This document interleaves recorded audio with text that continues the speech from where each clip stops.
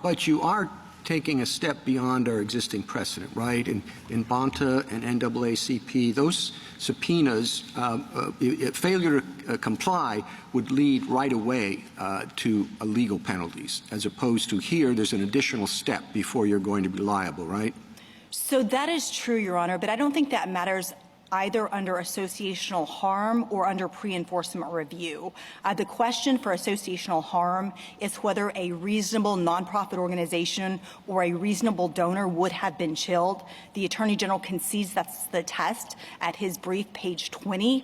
As far as pre-enforcement review goes, the Attorney General does not contest that there's a credible threat of enforcement here. And as SBA list identified, there are several injuries that flow simply from pre-enforcement review. One of those is the burdens, the time and resources spent on litigation. The second is the possible imminent order of disclosure. And the third here, which may not be at issue if this court accepts the Attorney General's view, is the imminence of a penalty.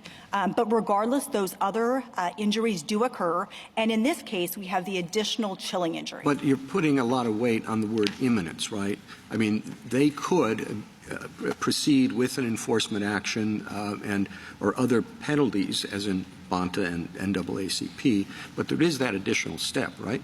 Not at all, Your Honor, not before an enforcement proceeding. There's no question the enforcement proceeding threat is credible. The Attorney General has, in fact, entered enforcement proceedings.